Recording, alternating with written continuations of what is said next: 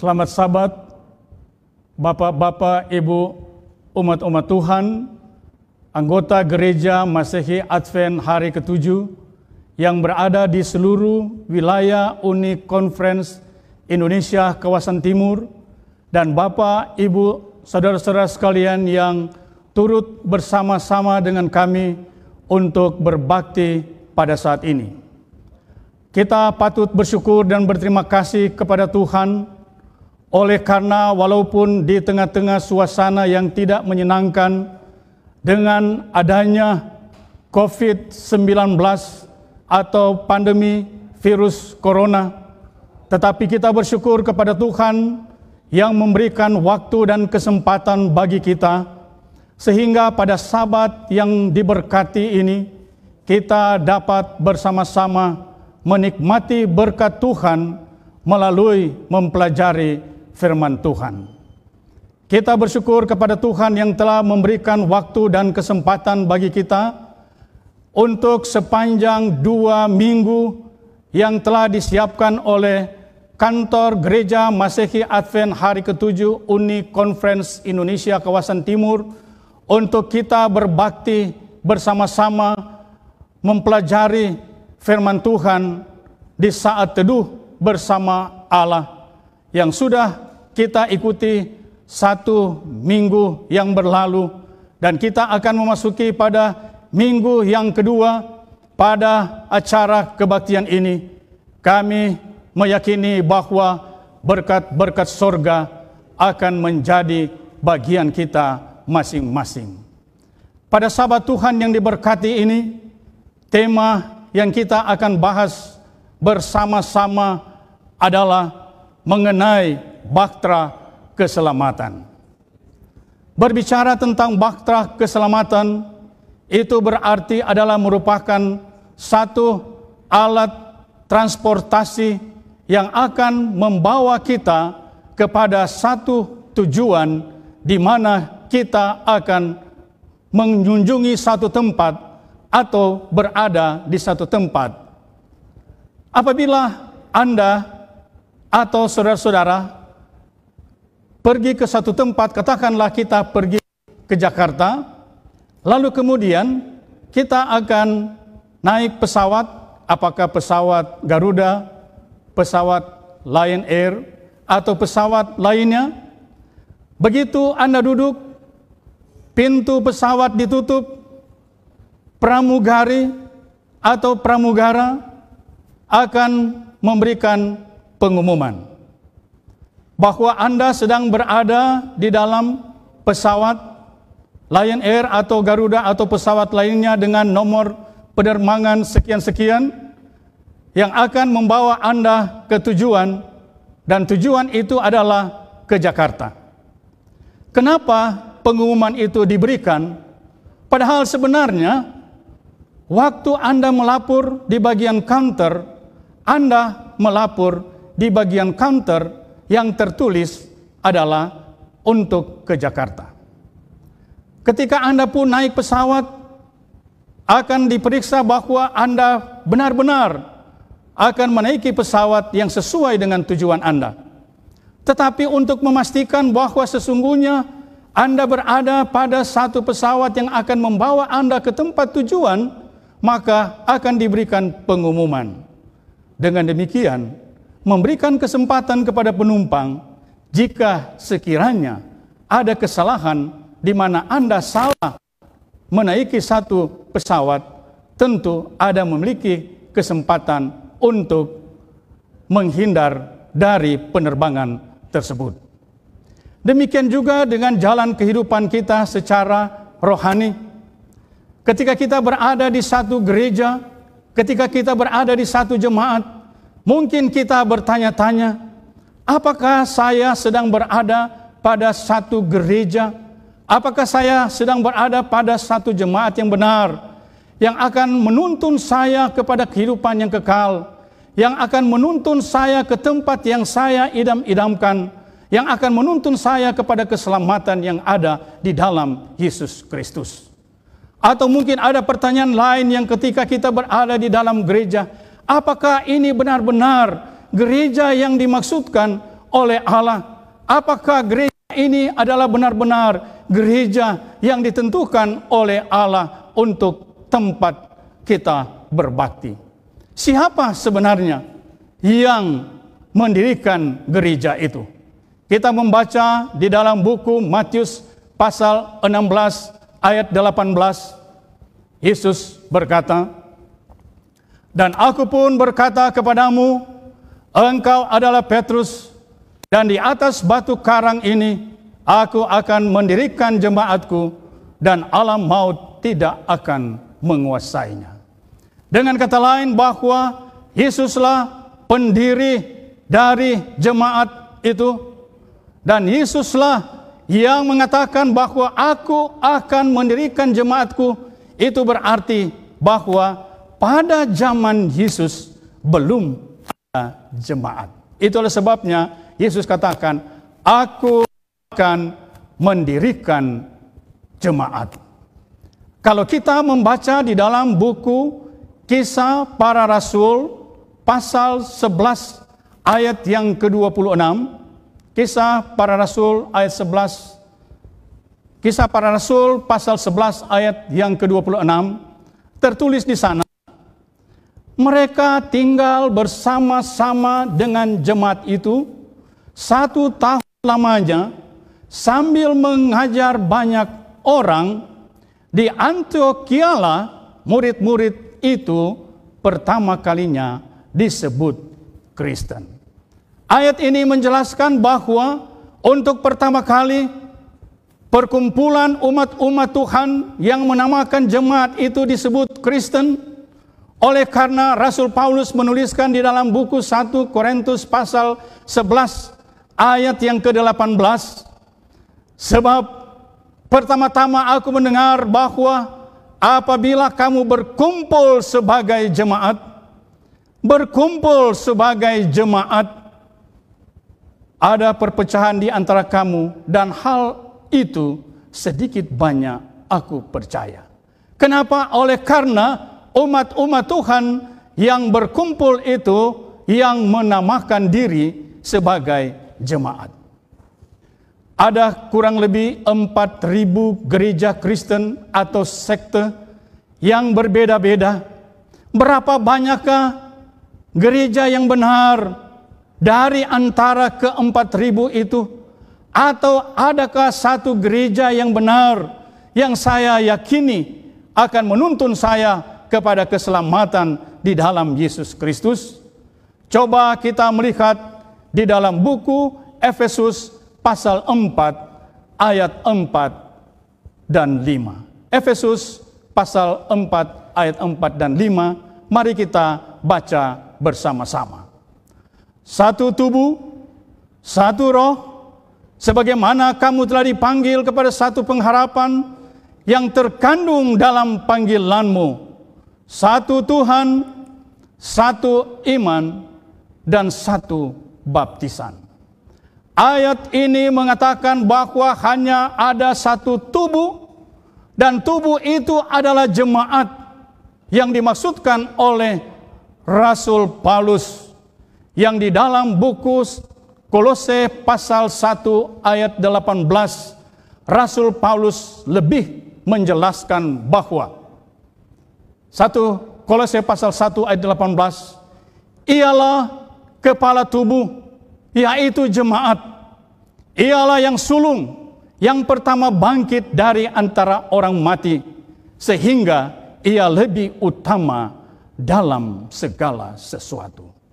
Bapak, Ibu, saudara-saudara yang kami kasihi di dalam Yesus Kristus, jemaat itu menurut Rasul Paulus diumpamakan sebagai tubuh. Dan gereja itu adalah satu perkumpulan umat-umat Tuhan yang dipanggil keluar sesuai dengan rencana Tuhan yang kita kenal dengan nama Eklesia. Gereja sebagai tubuh di mana Yesus menjadi kepala, Yesus sebagai wujud dari persekutuan orang-orang yang dipanggil Tuhan untuk misi Allah di dunia ini, yang tentunya haruslah menghadirkan Allah dalam seluruh aspek kehidupan dari gereja itu. Dengan kata lain, kehidupan gereja itu haruslah selaras dengan ajaran dan kehidupan Kristus yang telah mendirikan gereja itu, yang juga oleh pengikutnya menamakan diri sebagai Kristen, yang artinya mengikuti teladan dan perkataan Kristus. Rasul Paulus lebih menjelaskan di dalam hubungannya antara jemaat dan Yesus Kristus sebagai pendiri gereja itu, hubungan antara umat-umat Allah dengan Yesus Kristus sebagai kepala dari gereja itu. Di dalam bukunya 2 Korintus pasal 11 ayat 2 mengatakan, sebab aku cemburu kepada kamu dengan cemburu ilahi, karena aku telah mempertunangkan kamu kepada satu laki-laki untuk membawa kamu sebagai perawan yang suci kepada Kristus.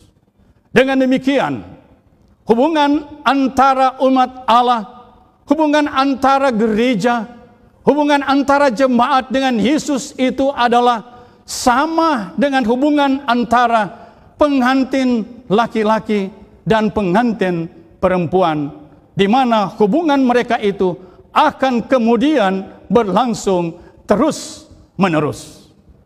Rasul Paulus kemudian menjelaskan lebih lanjut, di dalam hubungan antara umat-umat Tuhan, di dalam hubungan antara gereja, di dalam hubungan antara jemaat yang mengakui Yesus sebagai kepala dari gereja itu adalah sama dengan hubungan suami istri di atas dunia ini.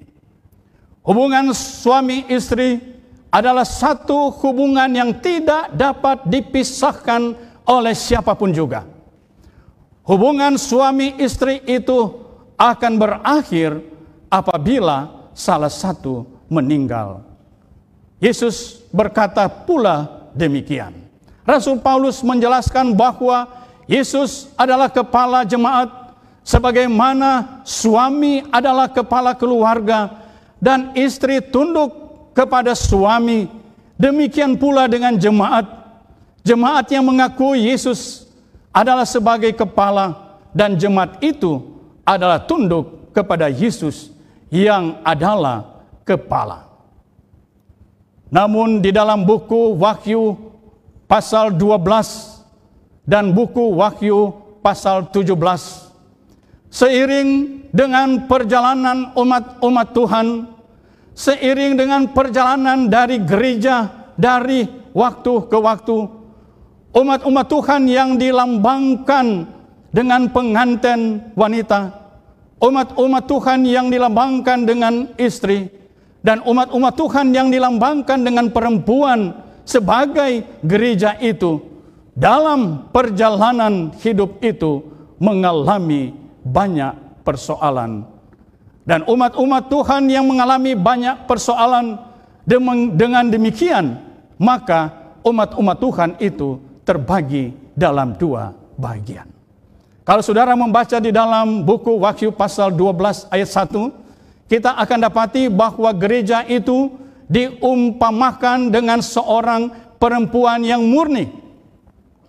Perempuan yang tetap mempertahankan hubungannya dengan pemilik gereja itu. Perempuan yang tetap mempertahankan hubungannya dengan kepala dari gereja itu. Perempuan yang telah mempertahankan hubungan yang murni itu sebagai istri terhadap suaminya yang dilambangkan oleh Yesus Kristus. Hubungan itu tercemar oleh karena di dalam buku Wahyu pasal 17 ayat 3 dan 4 ada perempuan yang murtad, perempuan yang tidak patuh kepada perintah Allah, yang adalah merupakan yang menjadikan gereja itu, dan kemudian mengikuti akan petunjuk-petunjuk yang tidak sesuai dengan firman Tuhan. Jemaat diumpamakan dengan tubuh. Tubuh itu di mana diakui bahwa Yesus adalah kepala. Di dalam hubungan itu juga diumpamakan sebagai pengantin, di mana Kristus adalah pengantin pria dan jemaat adalah pengantin wanita. Dalam hubungan yang lebih erat yang ditingkatkan sesuai dengan yang dituliskan oleh Rasul Paulus di dalam Alkitab adalah satu hubungan yang tidak terputus sebagai suami istri, adalah hubungan yang tidak dapat diputuskan, hubungan kita dengan Tuhan. Kalau begitu, apakah semua gereja itu sama? Atau apakah ada perbedaan-perbedaan tentang gereja Allah yang benar? Padahal semua gereja itu adalah gereja yang mengikuti petunjuk Allah. Gereja itu adalah bukan gereja yang didasarkan atas tradisi. Gereja itu bukan gereja yang didasarkan atas peninggalan orang tua, ataupun gereja itu tidak didasarkan atas satu kebiasaan di mana saya sudah jalani itu sejak dari kecil. Ciri gereja yang benar adalah sesuai dengan kata Alkitab, oleh karena ada perempuan yang menajiskan dirinya, yang tidak setia kepada Tuhan. Tetapi ada gereja yang diumpamakan dengan perempuan yang tetap setia kepada Tuhan, dan gereja itu adalah menjadi sasaran utama daripada setan. Di dalam buku Wahyu pasal 12 ayat 17, Rasul Yohanes menuliskan bahwa maka marahlah naga itu kepada perempuan itu, lalu pergi memerangi keturunan yang lain yang menuruti hukum Allah dan memiliki kesaksian Yesus. Ciri gereja yang benar itu adalah gereja yang menuruti hukum Allah. Ciri gereja yang benar itu adalah gereja yang memiliki kesaksian Yesus, yang di dalam perjalanan hidup dari gereja itu menjadi sasaran utama dari setan. Oleh karena gereja yang benar itu adalah gereja yang tidak memiliki Allah lain. Gereja yang benar itu sesuai dengan petunjuk Alkitab yang mengatakan bahwa jangan ada padamu Allah lain. Gereja yang benar itu yang mengakui Yesus sebagai kepala. Gereja yang benar itu yang mengakui bahwa Yesus yang mendirikan gereja itu, yang tidak menyembah kepada patung buatan tangan manusia. Gereja yang benar yang mengakui Yesus sebagai kepala. Gereja yang benar di mana umat-umat Tuhan akan setia, tentu tidak akan menyebut nama Allah dengan sia-sia. Gereja yang benar di mana umat-umat Allah adalah umat-umat yang setia, sebagaimana seorang istri setia terhadap suaminya, adalah gereja yang mengingat bahwa hari Sabat itu adalah Sabat yang dikuduskan. Ingat dan kuduskanlah hari Sabat. Gereja yang benar itu yang mengakui Yesus sebagai kepala, yang mengakui sebagai pengikut-pengikut Yesus, tentulah gereja itu, umat-umat itu akan mengakui bahwa mereka harus menghormati orang tua.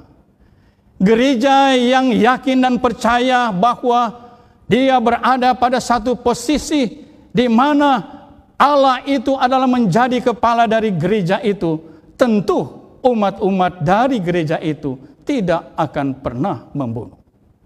Gereja yang mengakui Yesus adalah sebagai suami, dalam hubungan suami istri, dalam hubungan secara rohani, tentunya gereja itu tidak akan bersinar. Gereja yang mengakui Yesus sebagai kepala dari gereja itu, yang mengakui bahwa hubungan antara manusia dengan Allah itu adalah sesungguhnya hubungan yang terus dan harus dipertahankan tentu tidak akan mencuri. Gereja yang percaya bahwa gereja ini atau jemaat ini didirikan oleh Yesus Kristus di atas satu batu karang yang teguh, yang tidak akan goyah, tentu tidak akan pernah berdusta. Harus mengatakan yang benar. Gereja yang mengakui Yesus, yang telah mendirikan jemaat itu, yang mengakui Yesus sebagai pengantin pria, yang kemudian menjadi suami yang tidak terpisahkan itu, tentunya harus mengakui bahwa umat-umatnya tidak akan mengingini sesuatu barang yang bukan menjadi miliknya.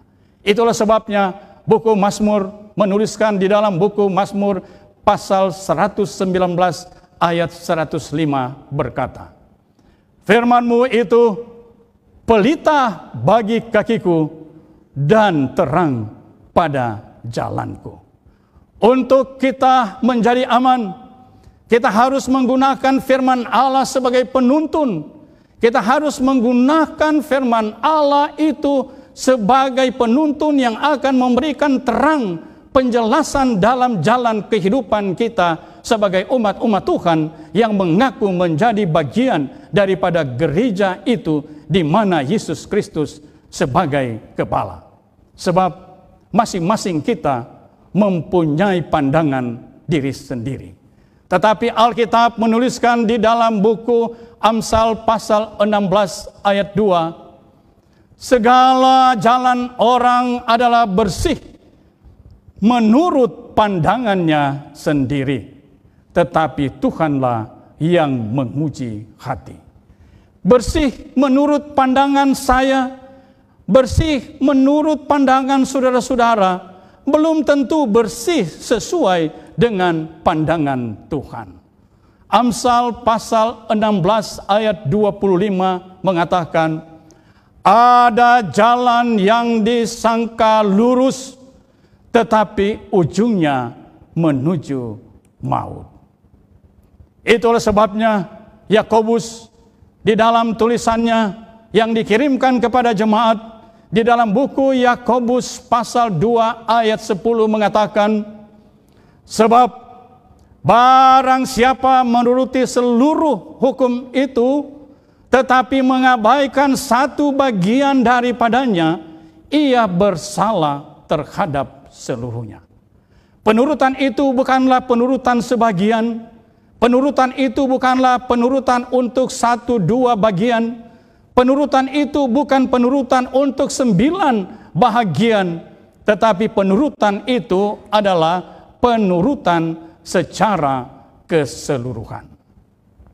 Di dalam Alkitab, kalau kita membaca di dalam buku Matius pasal 19, seorang muda yang kaya datang kepada Yesus dan bertanya, "Guru yang baik, bagaimana caranya supaya saya memperoleh hidup yang kekal?" Yesus berkata kepada orang muda yang kaya ini, "Kenapa engkau mengatakan guru yang baik? Hanya ada satu yang baik."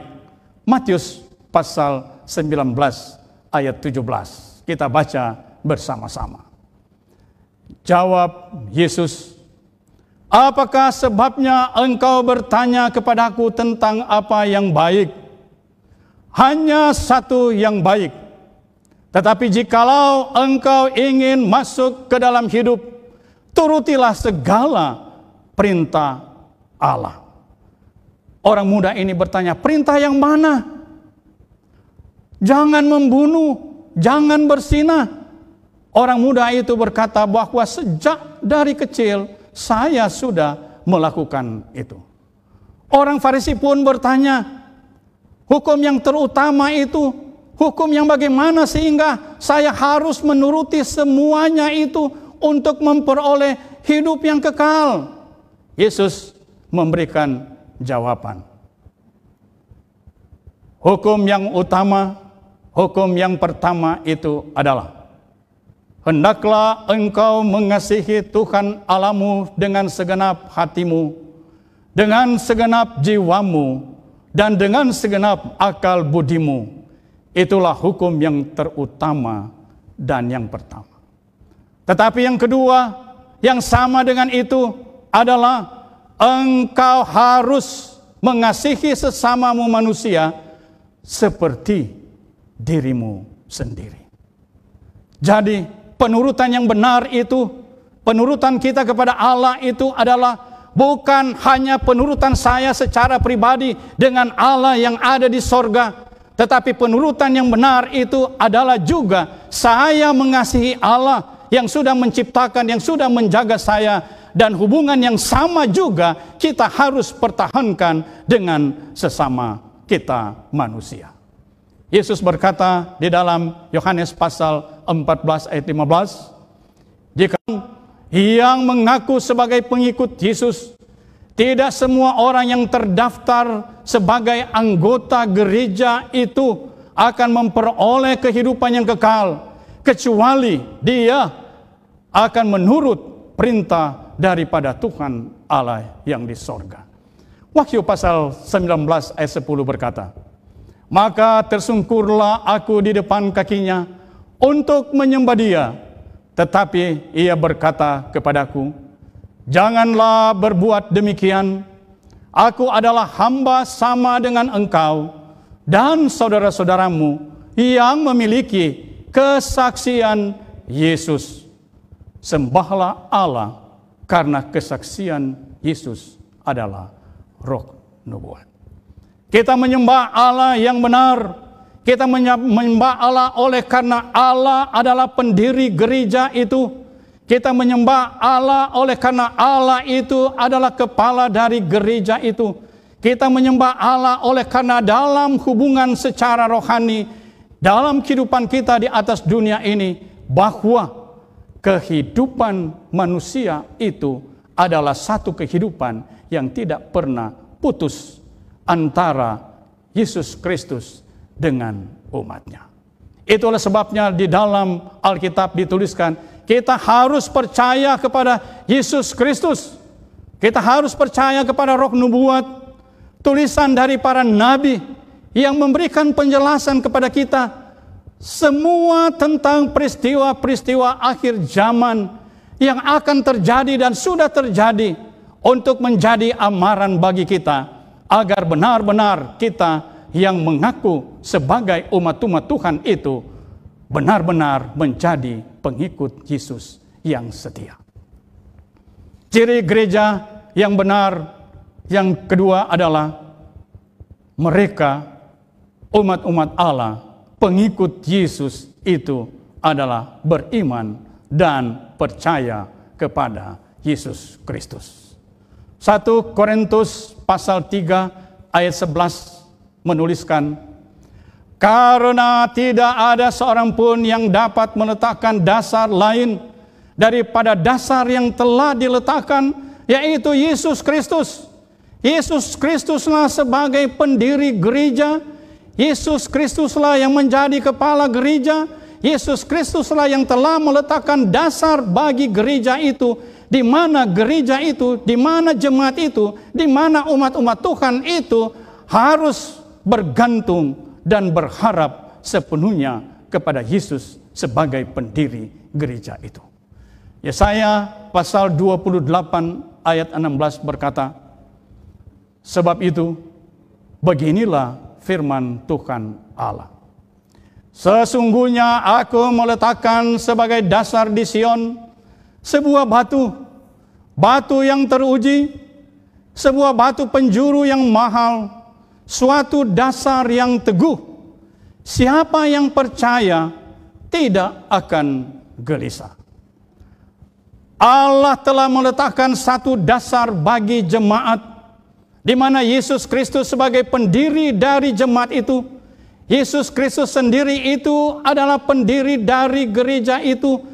Yesus Kristus sendiri yang memberikan amaran kepada umatnya, yang tercatat di dalam firman Allah, untuk tetap setia dan berpegang kepada firman Tuhan, untuk setia dan berpegang kepada perintah-perintah Allah, untuk setia dan berpegang kepada hukum-hukum Allah. Mereka itu tidak akan pernah merasa gelisah. Yohanes pasal 14 ayat 1 sampai 3 kita membaca. Ini adalah perkataan Yesus kepada murid-muridnya untuk memberikan jaminan kepada murid-muridnya bahwa mereka yang percaya itu tidak perlu gelisah. Yohanes pasal 14 ayat 1 sampai 3. Janganlah gelisah hatimu, percayalah kepada Allah, percayalah juga kepadaku. Ayat 2. Di rumah Bapakku banyak tempat tinggal. Jika tidak demikian, tentu aku mengatakannya kepadamu, sebab aku pergi ke situ untuk menyediakan tempat bagimu. Ayat 3. Dan apabila aku telah pergi ke situ dan telah menyediakan tempat bagimu, aku akan datang kembali dan membawa kamu ke tempatku, supaya di tempat di mana aku berada, kamu pun juga berada. Dengan kata lain, bahwa perkataan dari Nabi Yesaya kepada umat-umat Tuhan yang hidup di zaman Nabi Yesaya, yang berkata bahwa apabila kita percaya bergantung sepenuhnya kepada Tuhan, kita tidak pernah dan tidak perlu untuk gelisah, karena ada jaminan dari Yesus Kristus sebagai pendiri dari gereja itu. Martin Luther sebagai tokoh reformasi Protestan mengatakan, keselamatan adalah rahmat Allah melalui iman dalam Yesus Kristus sebagai penebus dosa. Itulah sebabnya Rasul Petrus di dalam tulisannya, di dalam buku 1 Petrus pasal 2 ayat 4 mengatakan, datanglah kepadanya batu yang hidup itu, yang memang dibuang oleh manusia, tetapi yang dipilih dan dihormat di hadirat Allah. Datang kepadanya adalah batu yang hidup, yang sama dengan perkataan Yesus secara langsung kepada murid-muridnya di dalam buku Yohanes pasal 14 ayat yang ke-6. Yohanes pasal 14 ayat yang ke-6 kita baca bersama-sama. Kata Yesus kepadanya, akulah jalan dan kebenaran dan hidup. Tidak ada seorang pun yang datang kepada Bapa kalau tidak melalui aku. Dengan kata lain, bahwa keselamatan itu adalah keselamatan di dalam Yesus Kristus. Hidup kekal itu adalah keselamatan di dalam Yesus Kristus. Kebenaran itu adalah kebenaran di dalam Yesus Kristus. Yesus adalah kebenaran. Yesus adalah keselamatan. Yesus adalah kemenangan bagi segala bangsa yang berada di atas dunia ini. Rasul Paulus menuliskan di dalam buku Kisah pasal 4 ayat 12. Dan keselamatan tidak ada di dalam siapapun juga selain di dalam Dia. Sebab di bawah kolong langit ini tidak ada nama lain yang diberikan kepada manusia yang olehnya kita dapat diselamatkan. Tidak ada manusia yang berkata di atas dunia ini bahwa keselamatan itu akan diperoleh oleh karena keselamatan itu kebergantungan kita kepada seorang manusia. Itulah sebabnya Rasul Paulus menuliskan di dalam buku 2 Korintus pasal 11 kepada umat-umat Tuhan, kepada pengikut-pengikut Yesus yang ada di Korintus. 2 Korintus pasal 11 ayat 2 dan 3.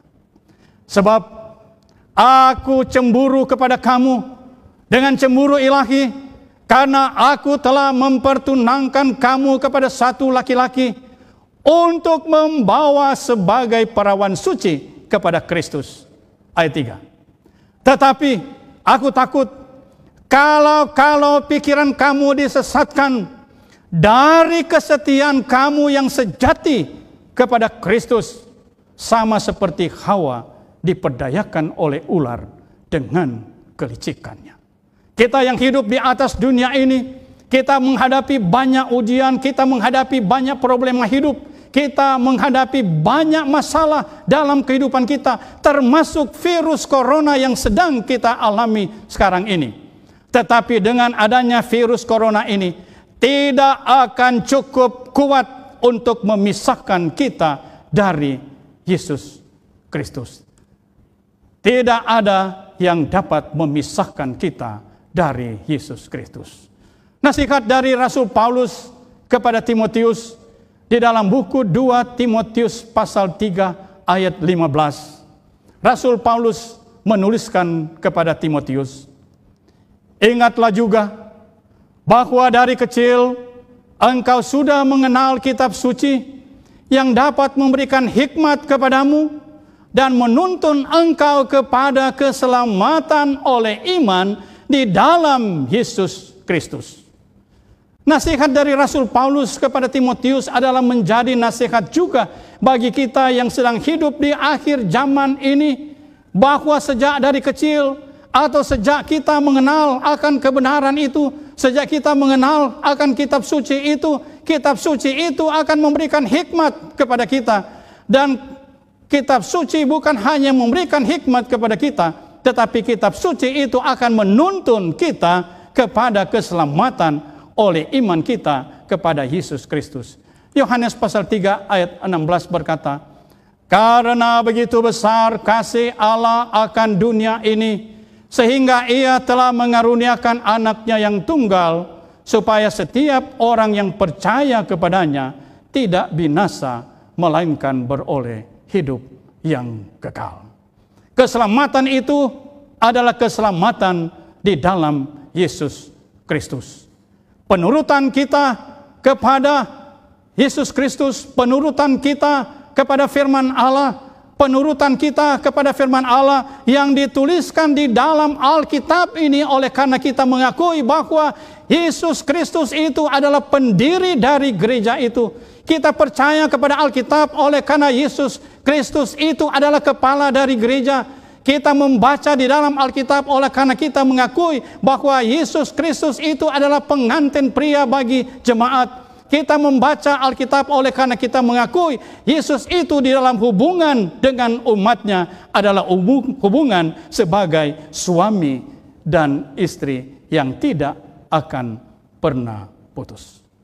Ciri dari gereja yang benar yang ketiga adalah melaksanakan tugas penginjilan.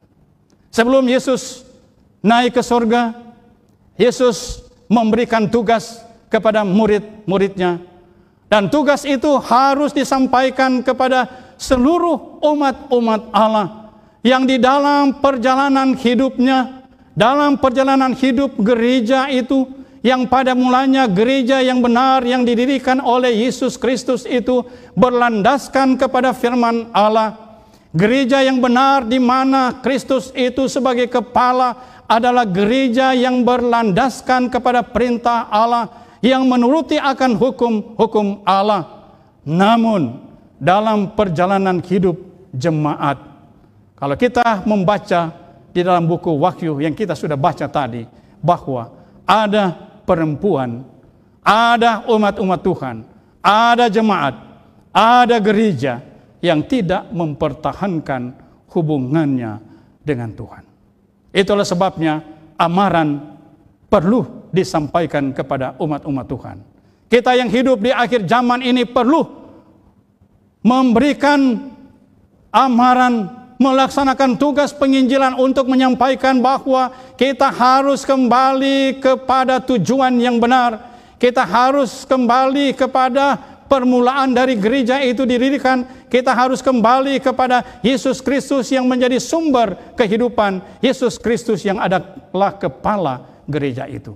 Wahyu pasal 14 ayat 6 sampai 10 kita membaca ayat 6. Dan aku melihat seorang malaikat lain terbang di tengah-tengah langit. Padanya ada Injil yang kekal untuk diberitakannya kepada mereka yang diam di atas bumi, dan kepada semua bangsa dan suku dan bahasa dan kaum. Ayat 7. Dan ia berseru dengan suara nyaring, takutlah akan Allah dan muliakanlah Dia, karena telah tiba saat penghakimannya, dan sembahlah Dia yang telah menjadikan langit dan bumi dan laut dan semua mata air. Ayat 8. Dan seorang malaikat lain, yaitu malaikat yang kedua, menyusul Dia dan berkata, sudah roboh Babel, kota besar itu, yang telah memabukkan segala bangsa dengan anggur hawa nafsu cabulnya.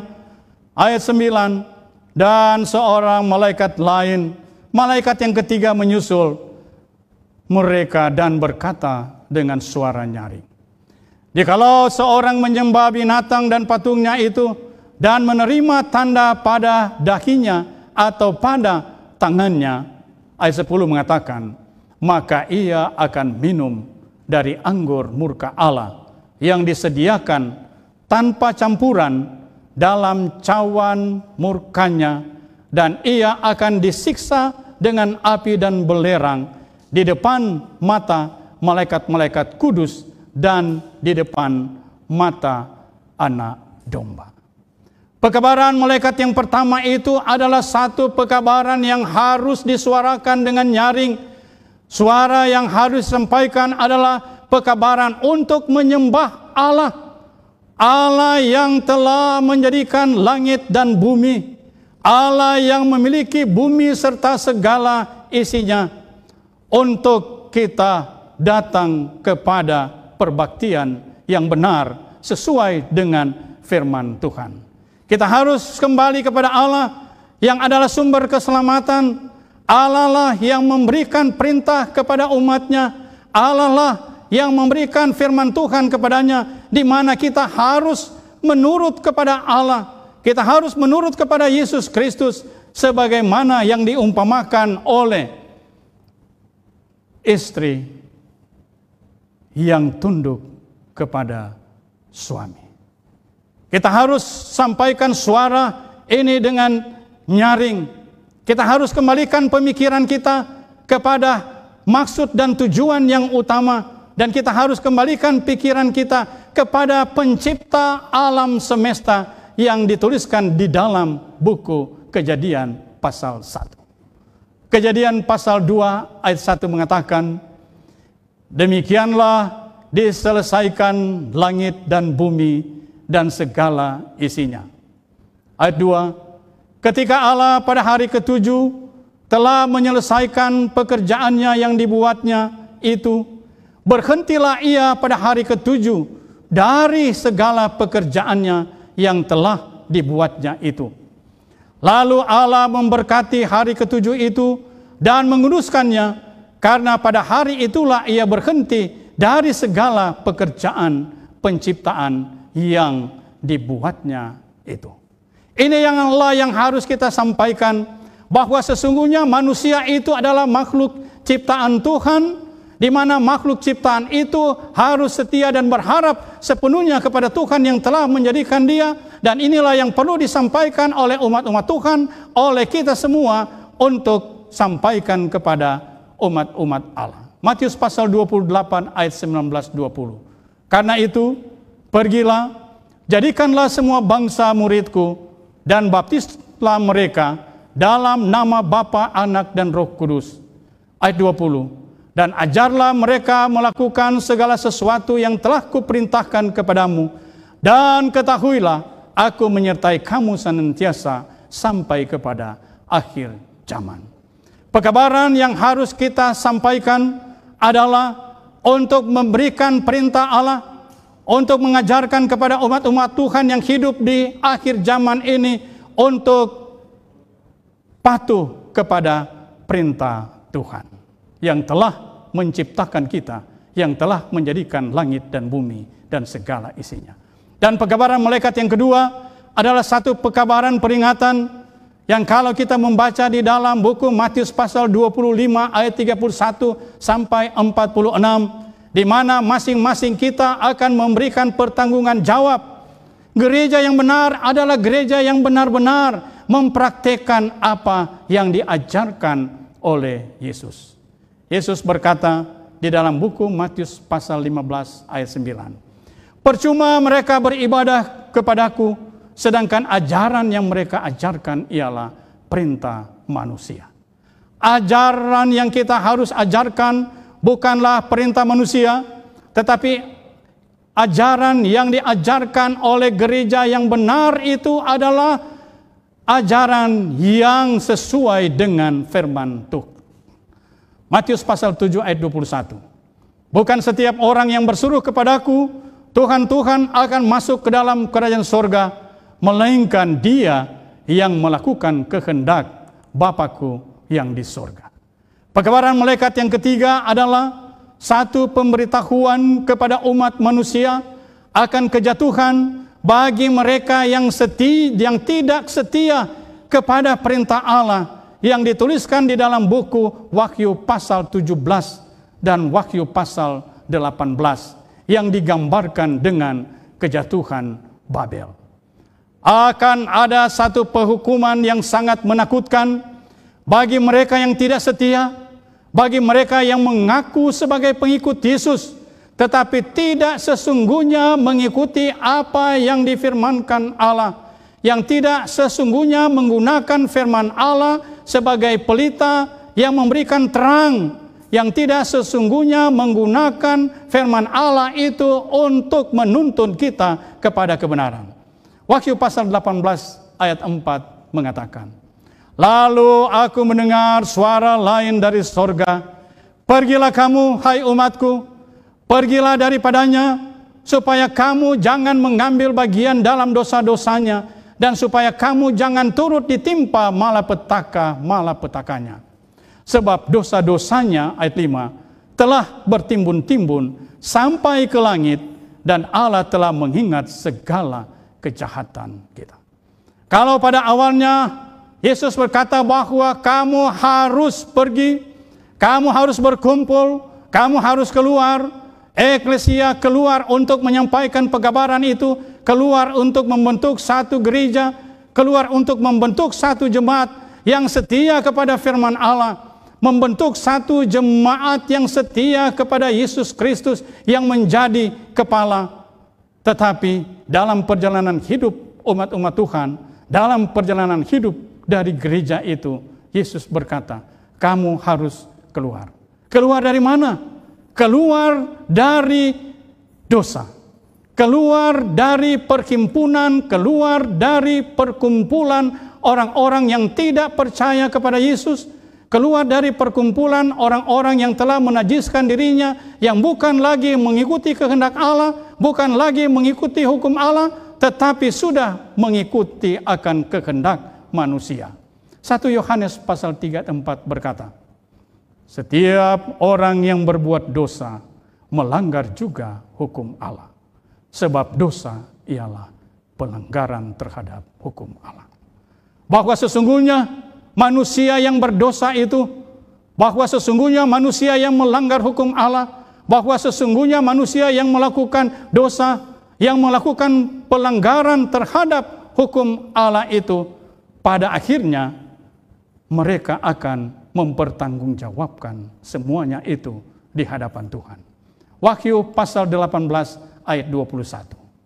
Dan seorang malaikat yang kuat mengangkat sebuah batu sebesar batu kilangan, lalu melemparkannya ke dalam laut, katanya, demikianlah Babel, kota besar itu, akan dilemparkan dengan keras ke bawah, dan dia tidak akan ditemukan lagi.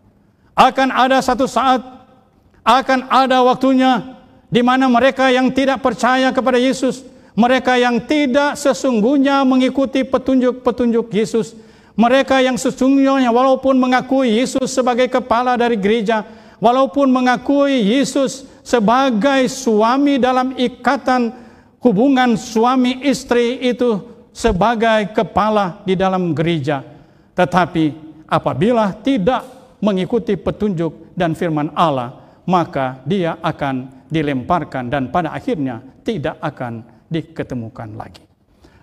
Pengkhotbah yang terkenal yang bernama Dwight L. Moody menuliskan sebagai berikut. Allah telah memilih untuk memakai orang-orang biasa yang diberi kuasa Roh Kudus yang luar biasa sebagai sarana utama yang melaluinya Dia menyebarkan kebenaran firman-Nya. Allah telah memilih orang-orang yang biasa.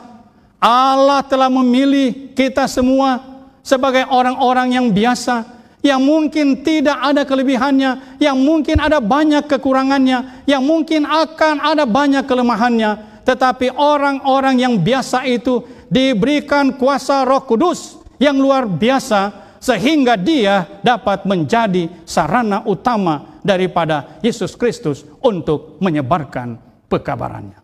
Kita tidak boleh berkata bahwa saya tidak mampu, saya tidak cukup, saya tidak mempunyai pengetahuan tentang Alkitab, saya tidak cukup kuat untuk menyampaikan pekabaran ini, oleh karena banyak alasan-alasan tertentu yang menjadi alasan bagi kita untuk menyampaikan firman Tuhan. Tetapi sebagaimana Alkitab, pengkhotbah terkenal Dwight L. Moody juga mengakui bahwa Allah menggunakan setiap manusia yang ada di atas dunia ini adalah manusia yang penuh dengan kekurangan dan kelemahan, tetapi diberikan kuasa oleh Roh Kudus yang luar biasa akan menjadi sarana utama untuk mana dia dapat menyebarkan firman Tuhan.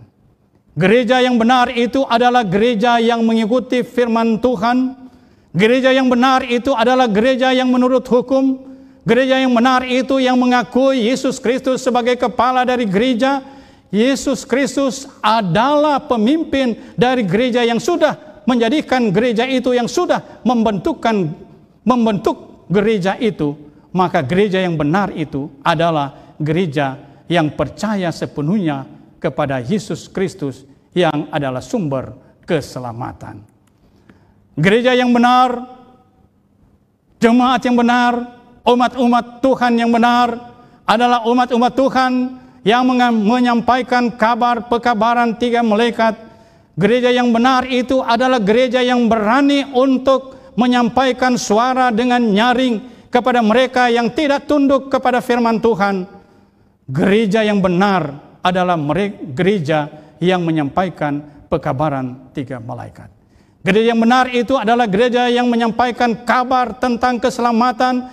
Gereja yang benar itu adalah gereja yang menyampaikan kita harus kembali kepada kebenaran yang sesungguhnya untuk mengakui Allah sesungguhnya yang menciptakan langit dan bumi itu.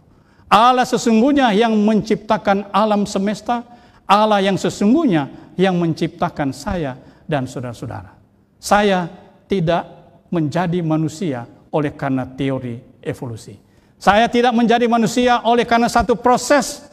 Tetapi di dalam buku Kejadian pasal 1 ayat 26 dan 27, bahwa sesungguhnya Allah telah menjadikan manusia itu sesuai dengan gambar, sesuai dengan terang yang diberikan oleh Tuhan kepada kita.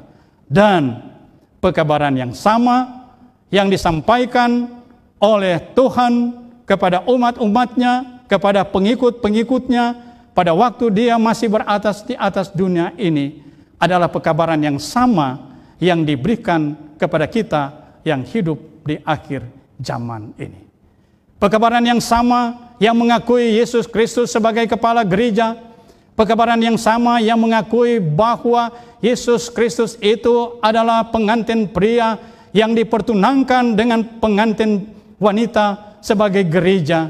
Yesus yang sama yang telah menjalin hubungan yang erat di dalam hubungan sebagai suami istri di atas dunia ini, di dalam hubungan yang rohani bersama-sama dengan Yesus, adalah hubungan yang tunduk kepada perintah Allah, adalah hubungan yang tunduk kepada apa yang dimaksudkan oleh Allah, adalah gereja yang akan menyampaikan pekabaran kepada umat-umat Tuhan.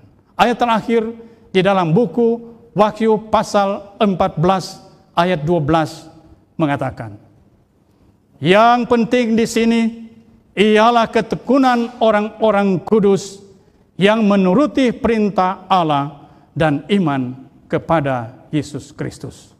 Sementara kita hidup di atas dunia ini, kita menjaga diri kita untuk tetap setia kepada Tuhan, sementara kita menjaga diri kita untuk setia kepada Tuhan, dalam waktu yang sama kita juga akan menyampaikan kepada dunia bahwa kita harus kembali kepada Tuhan. Kita harus menghidupkan kehidupan yang sesuai dengan kehendak Tuhan. Gereja yang benar adalah gereja yang menuruti perintah Allah, dan gereja yang benar adalah gereja yang beriman kepada Yesus Kristus. Tuhan kiranya memberkati kita semua.